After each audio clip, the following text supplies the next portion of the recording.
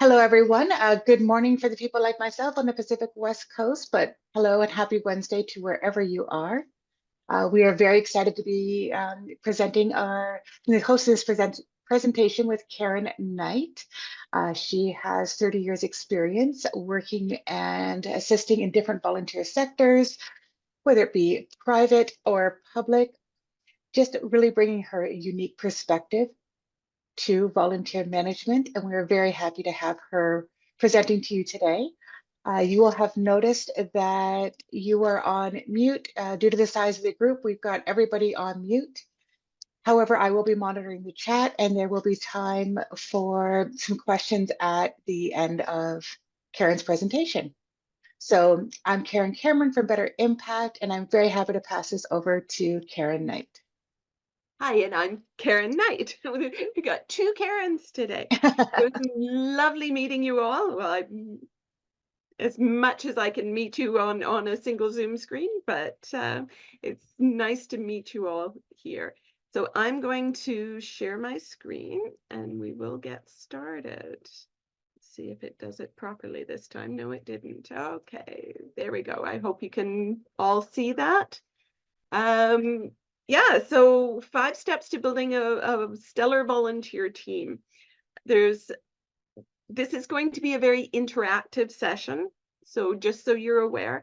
Um, but we'll go through and we'll start just with a bit of an agenda. So we'll talk a little bit about who I am and what kind of um, what kind of experience I have that gives me kind of the authority to say anything about this sort of thing.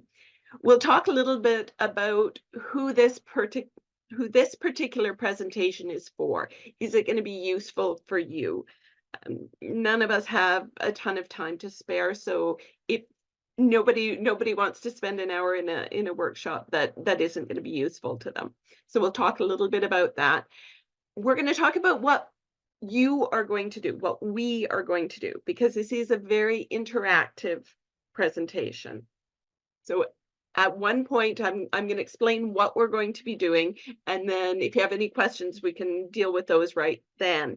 And then all the rest of the questions we can deal with at the end.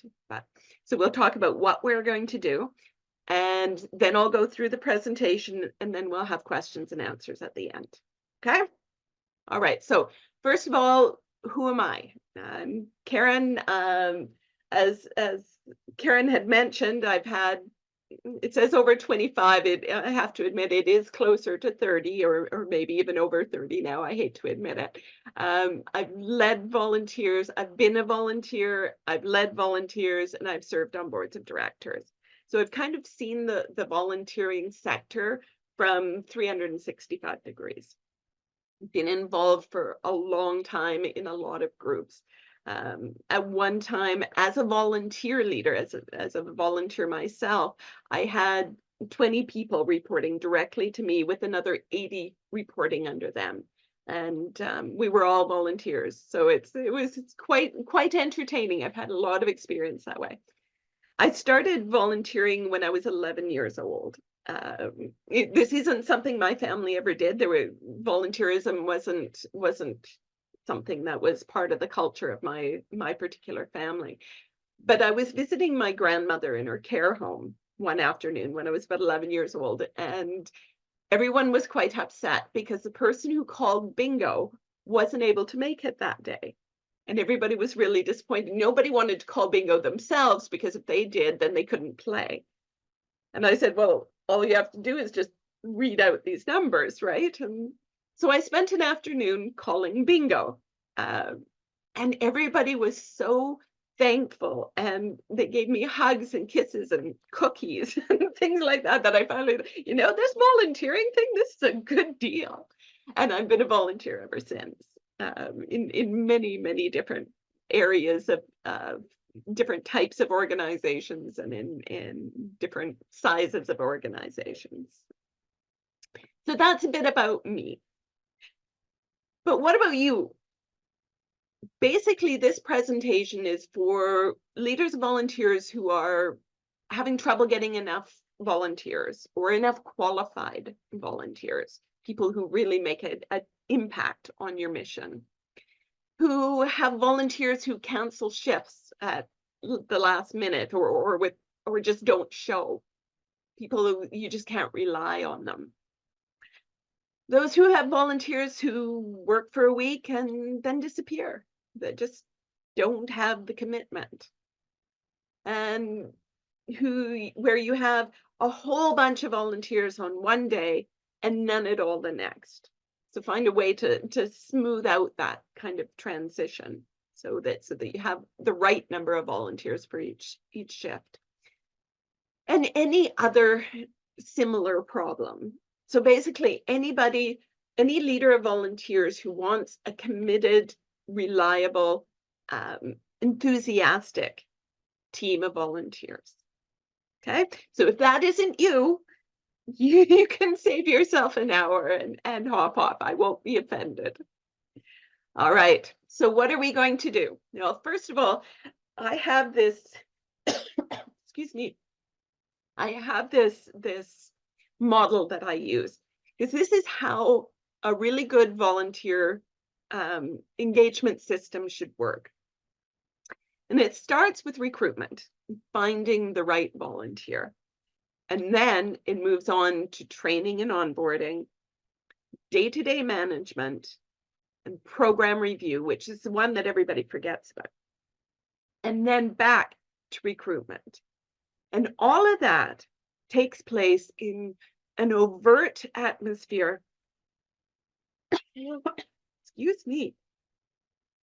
In an overt atmosphere of appreciation and respect for the volunteer. Okay, that's basically how a volunteer program cycle should work. So in many cycles that you see, appreciation is one of those. But I don't believe that. I think volunteer appreciation should permeate every aspect of it, from the recruitment to the day-to-day management to everything. You have to show appreciation throughout every step. It's part of everything. That's why it's in the center. That's why it covers everything.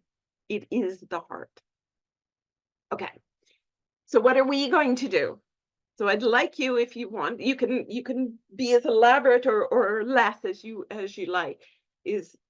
Here's your heart, and here are the 5 different aspects of it. So we want you to draw a heart and put those 5 circles in it. And what we're going to do is we're going to go through, and I'm going to cover each of these different areas. And at the end of each segment, I want you to think about your volunteer program and judge it or evaluate it based on a traffic light analogy. If you're acing this, if this part of your program is running brilliantly, then mark it as a green. If it's doing okay, but there's room for improvement, mark it as a yellow. If you're really struggling with it or you haven't even considered it, then mark it as a red. Okay, now you could be, well, I'm somewhere between green and yellow, so make it yellowy green, or between red and yellow, we make it an orange. That's fine. If you have, you're really good in one aspect of one sector, but you're struggling in the rest, well, make it striped, however you want it to look. Okay, this is to help you guys evaluate your own program. So it has to work for you. All right, so at the end, it might look something like this, right? Does anybody have any questions about how this works? If you have, throw them into the chat and we can deal with them now before we go on to the next step. Karen will let me know if anybody has any questions.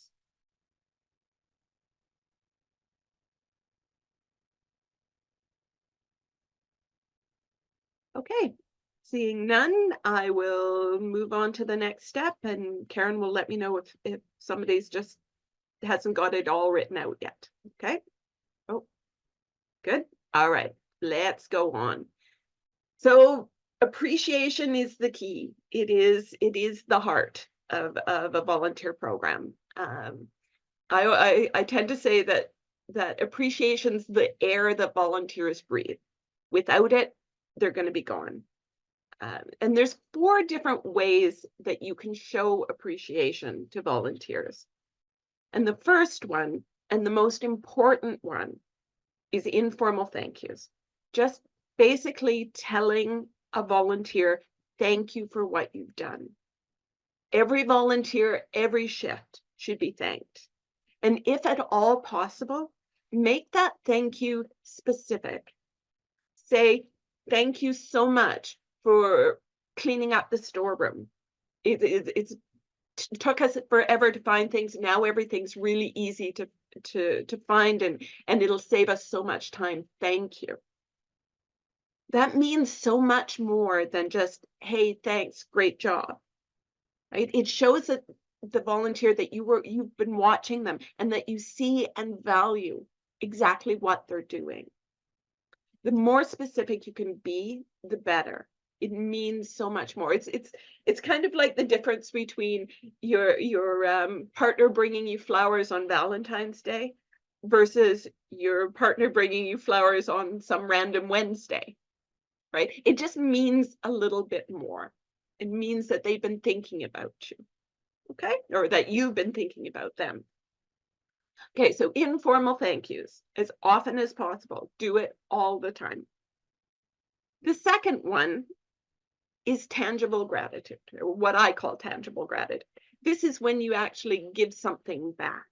This is things like, it could be something as simple as a coffee card, or it could be writing a letter of reference for a volunteer, or providing them with an opportunity to meet somebody they might not have met before. It doesn't have to necessarily be something that costs money.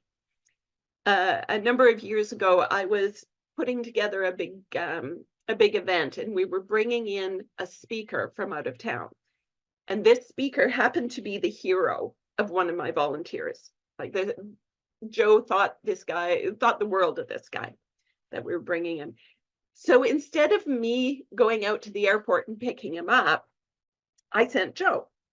And he got to spend an hour and a half of one-on-one time with his hero. This was like 10 or 15 years ago, and he still talks about it. So it's little things like that that you can offer your volunteers in a tangible way that make a huge difference to their feeling of being valued. To do that, though, it means you have to know your volunteers, know what's important to them, rather than just try and do a one-size-fits-all. Get to know your volunteers, talk to your volunteers, what's important to them, and find ways of showing your appreciation in a way that they will feel valued by. Okay? The third one is public acknowledgement, and you have to be a bit careful with this one. So this is when you have a volunteer of the month, for example, and you put their face up on your social media feeds and say, hey, what a wonderful volunteer we've got. This is the kind of impact that this volunteer has given us in the last month. This does a few different things. Number one, it makes them feel valued. It gives them the opportunity to share, say, hey, look, I'm important, and I'm making a difference in the world. It also shows other people who may be considering volunteering with you the sort of difference that they could make if they volunteered with you. So it's a bit of an advertisement as well. But as I said, you have to be careful with that. Not everybody wants their picture splashed all over the internet or brought up at a big event. With people like me, sure, spread my name and picture anywhere you want to do it. My husband, for example, if you did something like that, he'd crawl under a chair. I mean, he doesn't want that. It wouldn't make him feel appreciated. It would simply make him feel embarrassed. So think about that. And again, you have to know your volunteers and have a relationship with your volunteers so that you know what would be valued by them. But public acknowledgement is a good way, if you have the right volunteer, a volunteer who's willing for that, to really make a difference. both for yourself and for your recruitment. And the final one is appreciation events.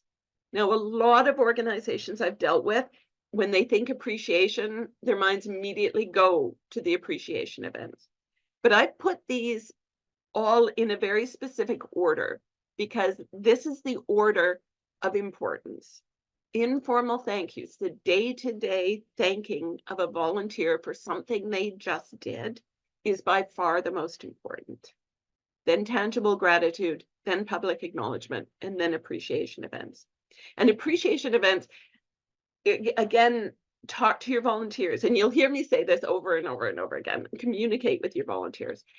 Find out what they want. I've heard so many people say, oh yeah, I put on this big appreciation event, and of our 500 volunteers, 20 showed up, right? People just aren't coming to them.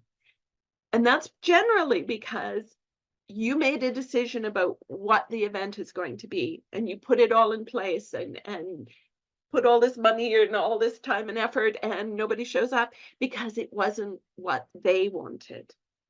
So talk to your volunteers. Do a survey. We're considering putting together an appreciation event. What sort of thing would you like? Do you want it formal, informal? Do you want it do you want a dinner dance, or do you want a potluck barbecue at somebody's house? Right? Ask them what they're looking for. And then take that and add creativity to it. Find ways to make it just a little bit different, something that people can talk about afterwards, to make it something a little bit special. Speeches don't do it.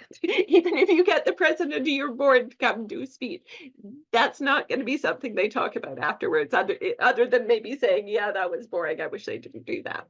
But find out what they want, and then just try and up it a bit, just to make it a little bit more special. So these are the 4 types of appreciation that you can show to a volunteer or to a group of volunteers. So now it's your turn, okay? I want you to think, look at your heart, look at your appreciation circle, and think, how well is your program doing in this area? Are you acing it? Are you green? Are you doing okay, in which case you're a yellow? Or are you really struggling? Your volunteers don't feel appreciated, in which case you're a red. Or you could be great at appreciation events and informal thank yous, but not so good at the tangible gratitude and public acknowledgement. So put stripes in there, however works for you. Just figure out how you guys are doing in your program. Okay, so I'm going to give you 1 minute to make that judgment.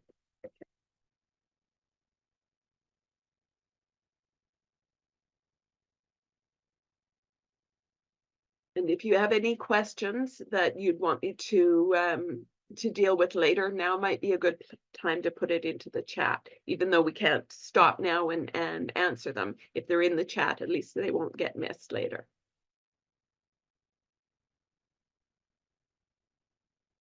Okay, so now we're going to go on to the next section, which is recruitment. This is how you take some random stranger walking on the street and turn them into your next superstar volunteer. Okay, so there's a few steps, and the first one happens long before you even go looking for a volunteer.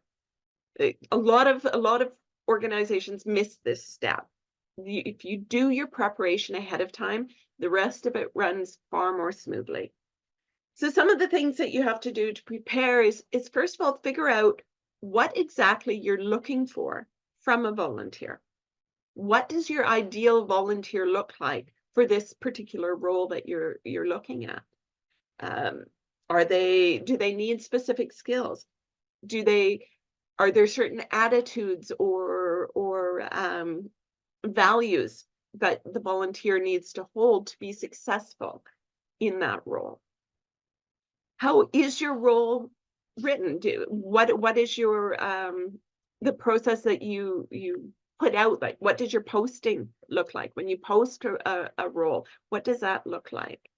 A lot of times I see posts volunteers, we need volunteers, and then it gives a role description, which has a lot of information, a lot of details, and it doesn't necessarily sell the position.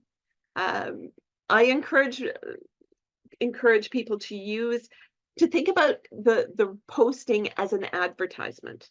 You are selling that volunteer position. So think of the think of it in terms of a vehicle. If you were selling a vehicle, you give a few details and then you say how wonderful it is, right? That this is a great vehicle. You should have it. All the women look at you when you drive in this one, or whatever it is that sells it. You give a few details about mileage and year it was made and all that sort of stuff. But make it really focused on why they would want to volunteer, why they would want that position. Make it appealing. So think of it more as an advertisement rather than just throwing out the role description on it. If you do that, you'll find you'll get a lot more people. You do have to be careful in not to make it sound too good. Sometimes if there is a real downside or a real hard part to it, it's better to put a little bit of that into the posting just to screen out the people that it wouldn't fit for. One of my colleagues worked for the San Diego Zoo, and they had an issue because they needed volunteers, no word of a lie, they needed volunteers to cuddle baby penguins. They supposedly to socialize them, and everybody goes, oh, that would be so lovely. It would be so, I'd volunteer to cuddle baby penguins. And they would get dozens and dozens of applications every week. And the volunteers would come in and do one shift and they would never see them again. Because cuddling baby penguins involves sitting for 2 hours in a cold, wet concrete dome with holding a fuzzy football-shaped thing with a sharp beak at one end and sharp claws at the other that spits out stuff from both ends the whole time you're there. All of a sudden, it's not so cute anymore. It doesn't sound like quite so much fun. So they put some of that into the actual posting, saying this is what to expect. And the number of applications dropped dramatically from dozens to maybe 1 or 2 a week. But the 1 or 2 stayed. They didn't have this revolving door because they knew what they were getting into. So when you do your postings, make sure if there is some difficult side to it or less popular side of it, that some of that is mentioned. Okay, so do your prep ahead of time. Then spread the word. Make sure everybody knows that this opportunity is out there. Spread it in as many different ways as you can. Post it on your social medias. Put it up on your website. If you're in Indeed or Charity Village or one of the other organizations that have a place for posting. And don't forget just the standard paper poster put up in different places. Make sure it's out there. Ask your current volunteers to spread the word that there is an opportunity available. Your current volunteers, if they are happy with you, are your best advocates. They will bring in more than anybody else if you ask them, but you have to ask them. Okay? So spread the word as far and as wide as you can manage. Then interview. When you get a volunteer, don't take just anybody. Don't take just, they're a warm body, we need them. Interview them, find out what they're passionate about. Why did they volunteer or apply for your organization? What about the mission is important to them? What kind of availability time do they have? What kind of skills do they want to learn? How do they like to be appreciated? Ask them all these questions. It takes a while, but it'll help you match them to a role better, and it'll make them feel more part of the team. Okay? And select the best. If you get 2 or 3 volunteers and you only need 1 or 2, take the best ones. Be willing to or even be willing to not have any if they don't match. It can be better to have an empty position than to have the wrong person in that position. I know it's hard, but believe me, the wrong person they will be unhappy. They won't get the work done well, so you'll be redoing it anyway. And in worst case, they may drive other volunteers away. And I've seen that happen. So select the best. Be picky. You're allowed. There are enough people out there to volunteer that you can be careful about who you take. Okay. So how are you guys doing? What is it like in your particular program? Are you doing your prep work? Are you being careful about who you select? How well is the word being spread? So are you green, yellow, or red when it comes to recruitment? Okay, you get 1 minute.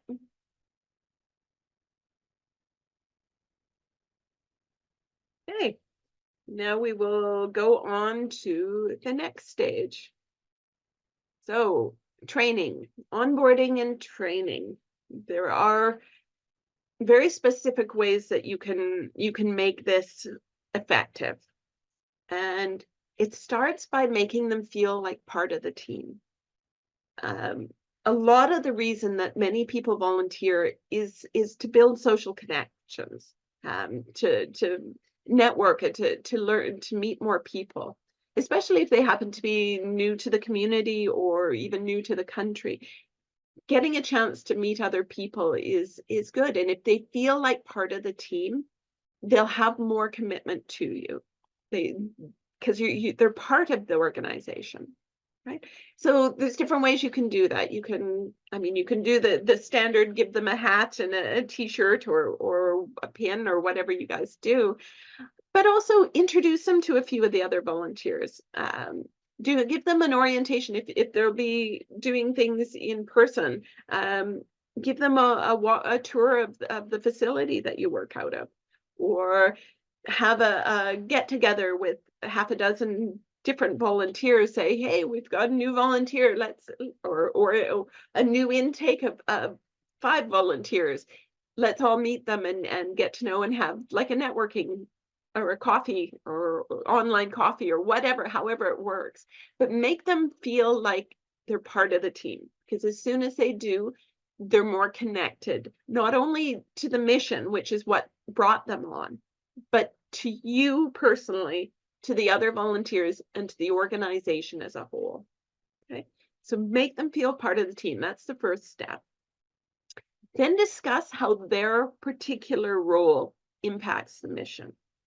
Even if you have someone just stuffing envelopes or doing menial tasks, explain how those menial tasks actually makes a difference and moves the needle on the mission.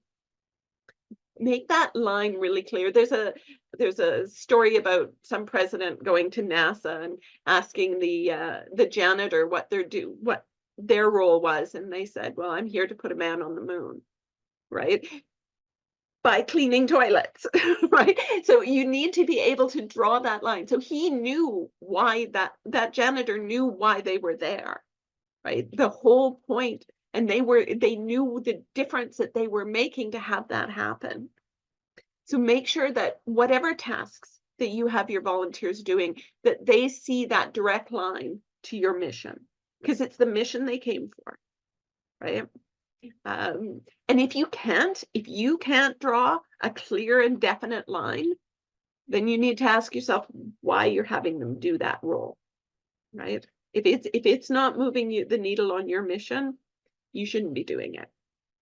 Okay. All right. Step 3, demonstrate all tasks. And if you have a volunteer handbook, and I recommend you do, make sure that they have that handbook. A number of years ago, quite a long number of years ago, I was working in an office, and I had a student helping me with something, and I had all these papers that needed to be stamped with this old-fashioned big rubber stamp that had a form on it. And you had to go in and fill out the form afterwards. So I had this student stamping each of the papers, and I'd go behind and fill out the form. Well, every time she set down the stamp, when she picked it up again, sometimes the stamp was sideways and sometimes it was upside down. And I'm thinking, I finally asked her, why don't you always have it the right way? And she said, well, I sometimes forget to look at the bottom to see which way it goes. And I had never thought to tell her that the flat side of the handle of those old rubber stamps always goes towards you. If you do that, then the stamp is always up. I had learned that so long ago that I forgot that it needed to be taught. It was just so obvious to me, but it wasn't obvious to her. So think about some of the roles that you do that may seem so self-explanatory, because they may not be to a new volunteer. Even if it's something as simple as how to operate the dishwasher, right? So think about things like that. So demonstrate all the tasks and provide a handbook, so if they need to look back, they can do that. If you have a role that's either very complex or just there's a lot of moving parts, break it down. Nobody's going to learn it all in one training session. They have to have, they'll only take, I think what the standard is 10 to 15% of what they learn. Will they remember at by the time they leave the room. So rather than try and teach them everything and then not know which 10% that they have, break it up into pieces. And even if you only teach 10%, then teach them that 10%, and then you know what they know and what they don't, and then just redo it over and over again. This is especially important if you have something that can be really life and death. How to the naproxen shot to prevent overdoses, things that are really, really important. Make sure they know, and you can do that by kind of taking it in stages. Okay. And finally, assign them a mentor or a buddy, a senior volunteer or another staff member that they can go to if they have questions, and they can go to that even if they have the same question 6 times, because they're having trouble learning it, they won't feel uncomfortable, right? So try and have a mentor or someone that they can feel connected with and go to, and to teach them those things that can't really be taught, like the culture of the organization. It'll help them, guide them in the unspoken rules. Okay. All right. So that's a bit about training and onboarding. So how are you guys doing? How is your training? Do you do all 5 steps? Is there something else that's just not working? So are you a red, yellow, or green in your training? So we'll give you, again, 1 minute.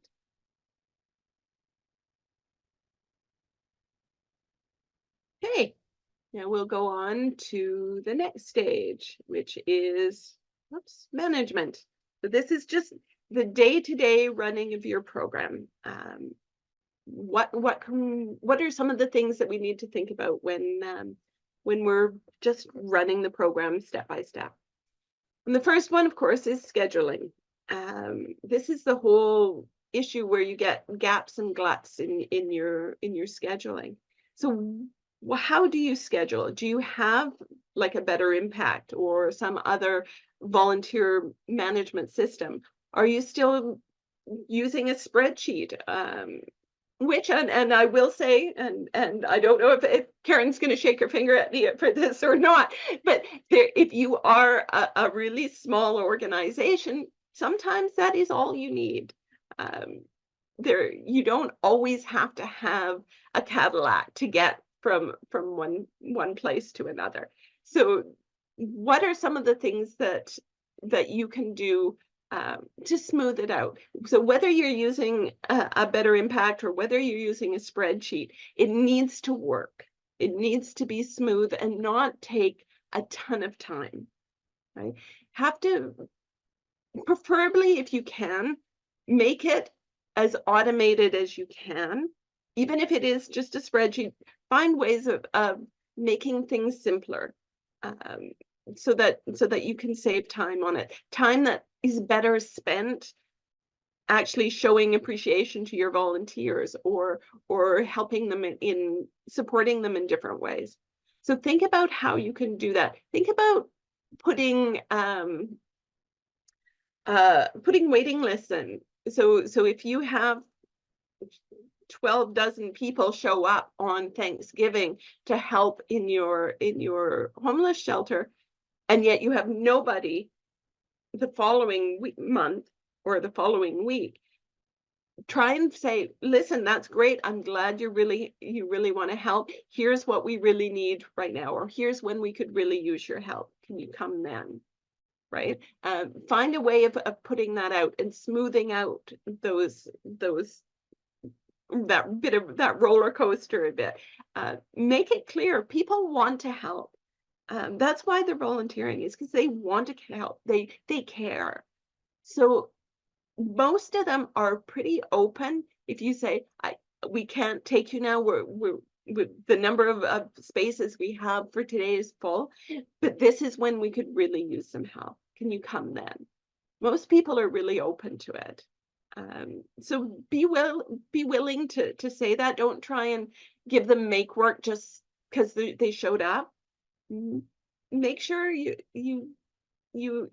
enforce the need so that you have the people you need.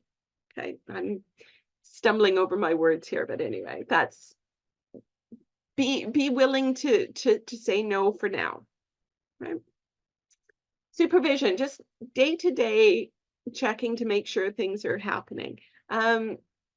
Again, one of the things, there's a wonderful TED Talk, and I'm trying to remember which one it is. I'll have to get back to Karen with the exact one. But they were talking about about giving feedback and how difficult it is to give feedback when you have like performance appraisals once a year, right? How good can you get at something that you only do once a year? So just be willing to offer feedback to any volunteer as you see it. People don't want to come in and do something poorly. They want to do it well. So if you're tactful in your feedback, they will accept it because they want to do a good job. People always want to do a good job. It feels better when they're doing a good job. So if you can give them tips, say, hey, thanks for doing that. It might help a bit, or it might make it a bit faster if you tried this. See if it works, right? Or thank you so much for being willing to help so and so. I give you a heads up. We generally prefer not to use language like this. This is a better way to do it. It's less offensive to some people. Just put it out there. Give them feedback, and give them good feedback. Wow, thank you so much. I would never have thought of doing it that way. That's brilliant. Right? Feedback doesn't always have to be negative, but give it all to all volunteers all the time.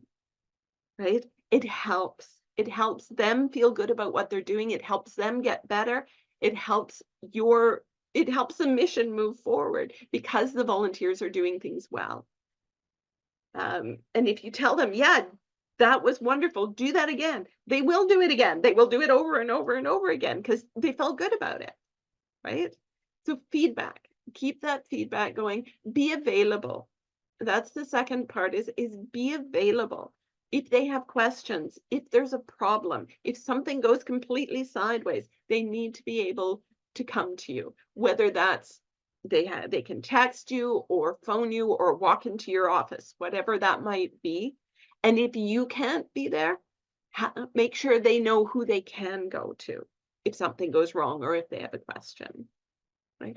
Make sure there's always somebody available. Delegate.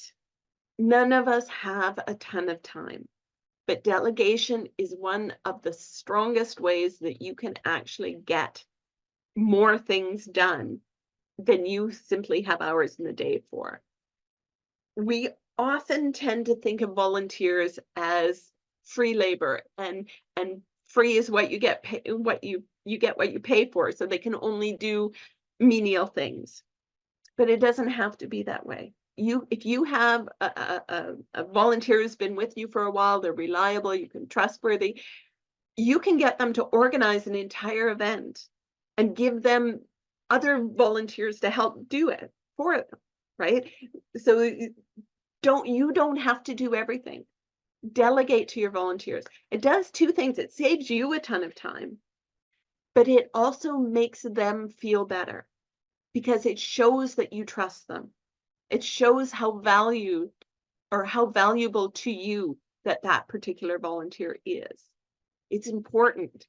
So if you can start delegating some of the tasks, even big things, even complicated things, the volunteer feels better and it saves you time. There's different ways of doing volunteers. There's certain steps to delegation to make it effective. I don't have time to go into all of them here, but I've got a blog on my website if you want to check it out. If you search delegation, it'll come up. So yeah, think about how you can delegate to make sure that everything gets done. Create an atmosphere or a culture of problem solving. Back when I was working for the provincial government, one of my bosses had a big sign on his door that said, "Don't come to me with questions, or don't come to me with problems. Come to me with solutions. You're paid to think, not whine." Now, we can't use exactly that because they're not paid, and generally they're not whining either. Problems. But when someone comes to you and says, "There's this problem," say, "Oh, okay, thank you for telling me. What do you think we should do about it? What are your ideas? How, if I wasn't here, how would you solve that?" Right? Start asking that kind of question to get them thinking. Again, it shows trust in them. They may not come up with a workable solution, but they may come up with a solution that you would never have thought of that might even be better than what you would have done. Right? And if you start asking these questions every time a volunteer comes to you with a problem, then they're going to start coming to you with the problem and a solution at the same time. "Hey, this has happened. I think we should do this." And you can say, "Hey, great, go for it." Or, "Ooh, yeah, I like this part of it, but maybe we could change this bit because of something you might not know about." And eventually, they will get to the point where, "Oh, there's a problem. This will probably solve it. I'll do it, and then I'll tell you later that I've done it." Right? So you don't have to be, just because you're the leader doesn't mean you have to solve all the problems. You have however many volunteers, they are smart people. Let them be smart. Let them show you how smart they are. Okay? And doing that, again, it saves you time and it makes the volunteer feel special. Okay? Even if you do all of the rest of it well, conflict will happen. Even in the best of organizations, it sometimes happens that there's conflict between volunteers, conflict between staff and volunteers, and you need to be able to handle it. Again, conflict management is a day-long course in itself, and I can only cover a few points. But the first one is stay objective. Listen to both sides objectively. Um, get them talking, whether it's one or two people or 10 people. Get them talking. Find out what their points of agreement are. Generally, conflicts in this case tend to be things like either personality conflicts, which is a more challenging situation, but they all agree on the goal. They may disagree on how to get there. And so just find out the reasons, get them all talking, but keep the focus on the mission. How will doing this make it harder to reach the mission or make it easier to meet the mission? And if you keep bringing the mission up, rather than personal, then they're going to find a way to work together. They may find we'll go at it both ways. What's wrong with that? Right? So try and stay objective, get people talking, and focus on the mission. And that will help. Again, conflict management is a massive topic, but these ones will at least give you a place to start. And diversity.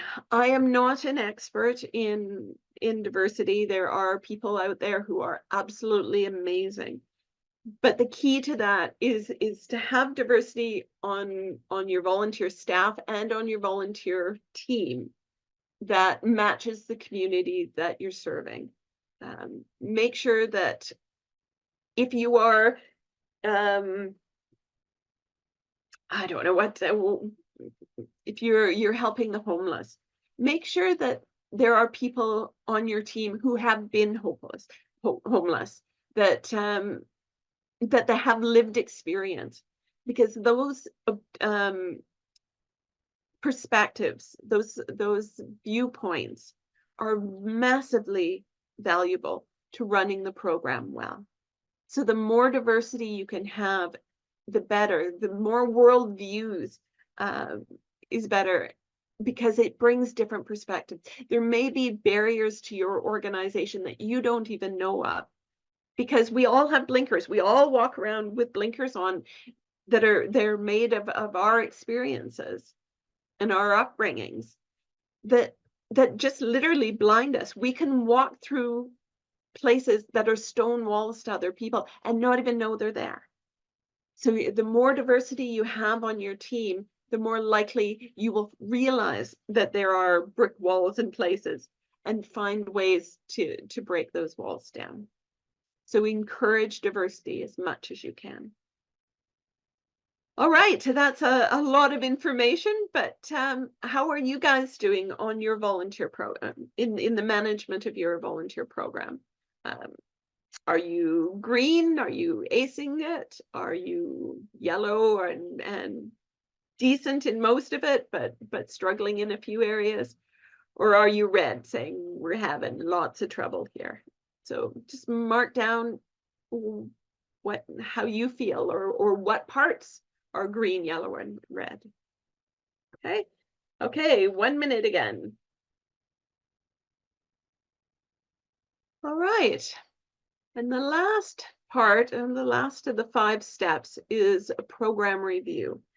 Now, in this past just under an hour, we have given your program a full in-depth review.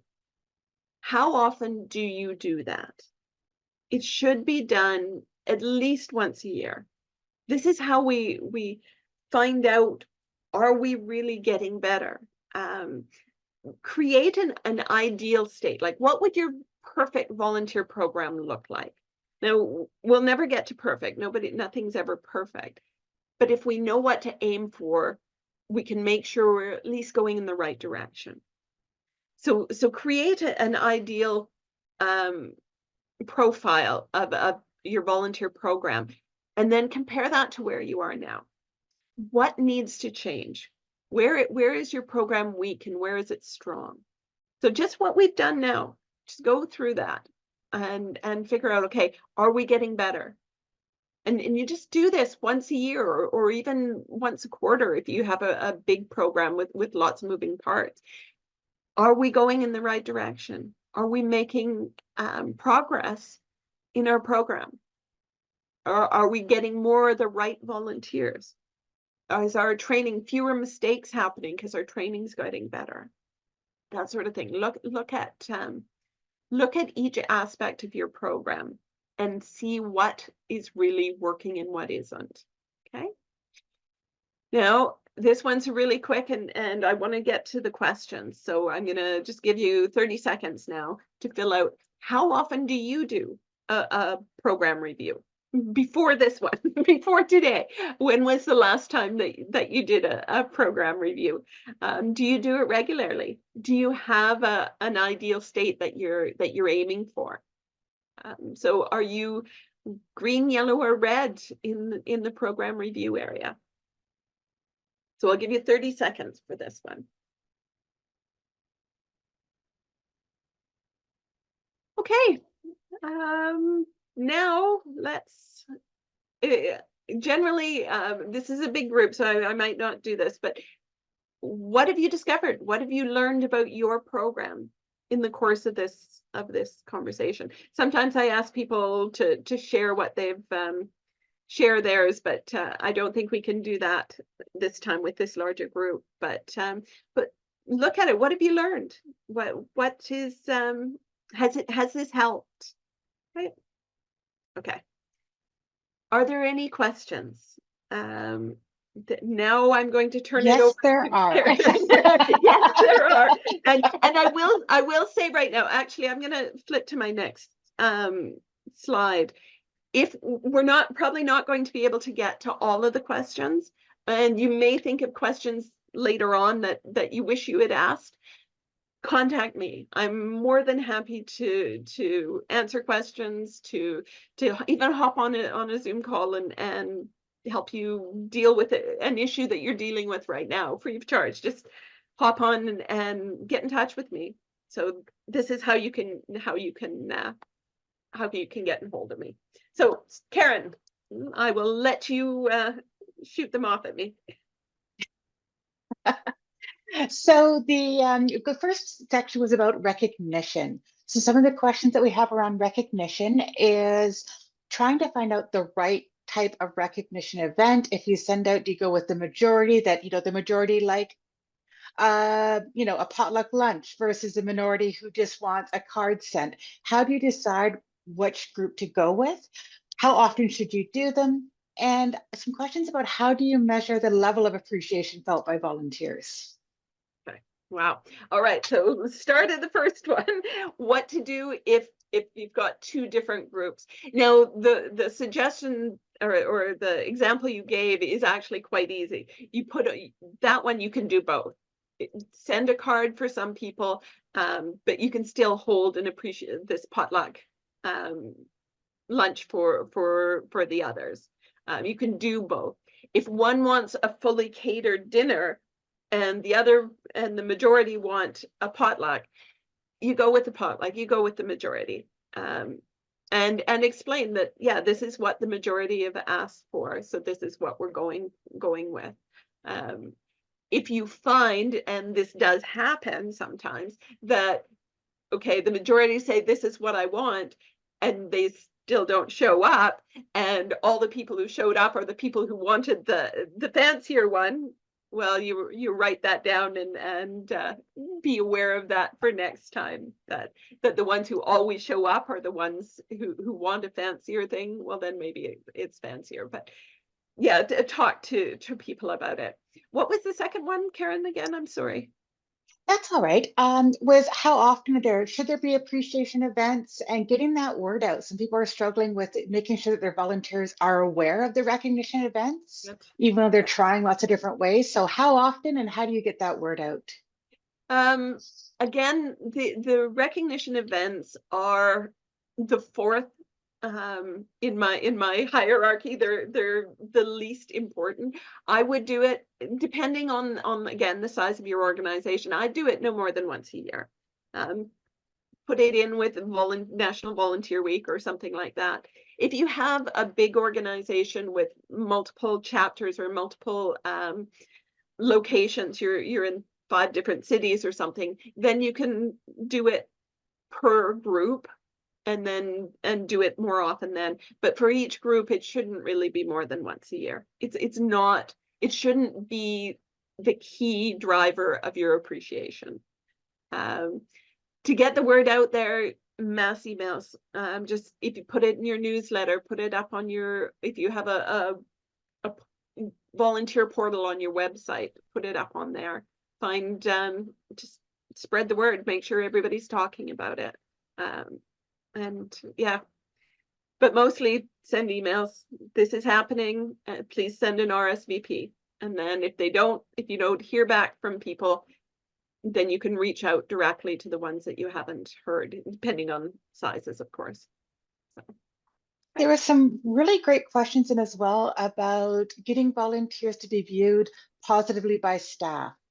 You know, how to really grow that relationship between volunteers and staff, that volunteers aren't a liability or aren't anything that's going to just cause them time, that they're actually there to support and make things better, and how to work on that relationship.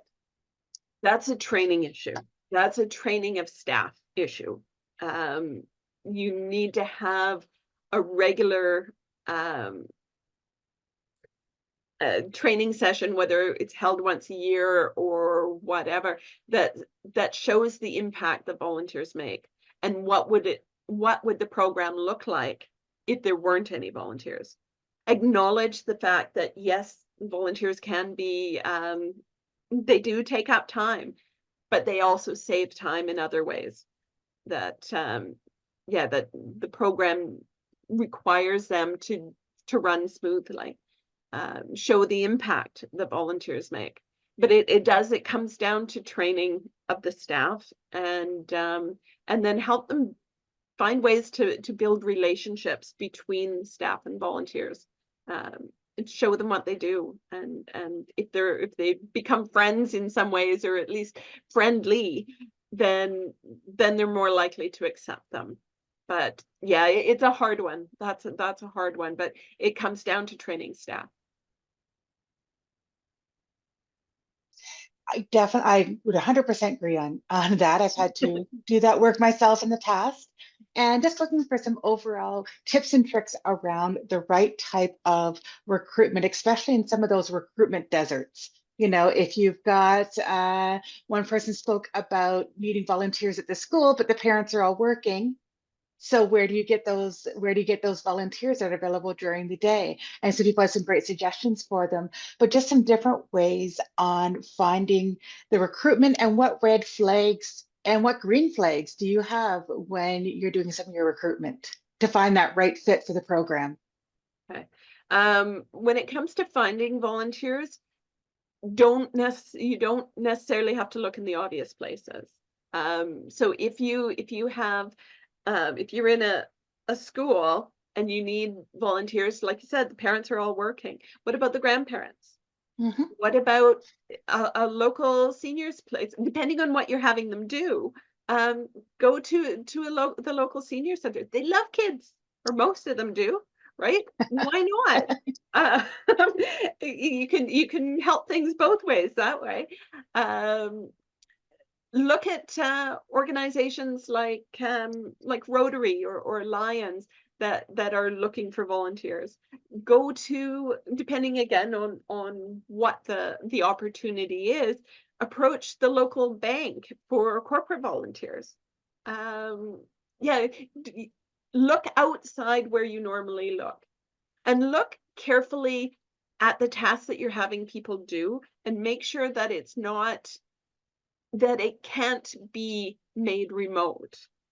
Because if you can make a role remote, even if it means you have to switch some things around, now you've got a world you can draw from instead of just a small community. I worked with an organization, Indian Cultural Center, who was looking to recruit someone to teach in traditional Indian dance. We finally got it. They found a teacher willing to do it for free in India. And they just got on Zoom, and they had cameras going both ways, so the teacher could instruct the kids specifically on right live. But they didn't need to find somebody in their own immediate connection. So be creative and see what you can do that way. So that's one way. Red flags, focus on values. Focus on values and attitude more than skill. Skills can be taught. You can have you need somebody who's a treasurer for your board. So you tend to look for an accountant, right? But if you bring in somebody who's young and enthusiastic and wants to learn about finance, that might be a better fit than an accountant who's been pressured into it and doesn't really want to be there. Right? So go for enthusiasm, and if person is enthusiastic, reliable, and willing to learn, they're your next superstar because you can teach them anything. So, okay, I hope that helps. We're over time, I see, so I'm Yeah. not sure. Again, if you have any questions that didn't get answered or you think of something later, reach out to me. I'm always happy to talk. Perfect. And I put my email in the chat as well. If anybody has any follow-up questions specifically targeted towards myself and or Better Impact, I'm happy to help out with those or get you linked to the right person.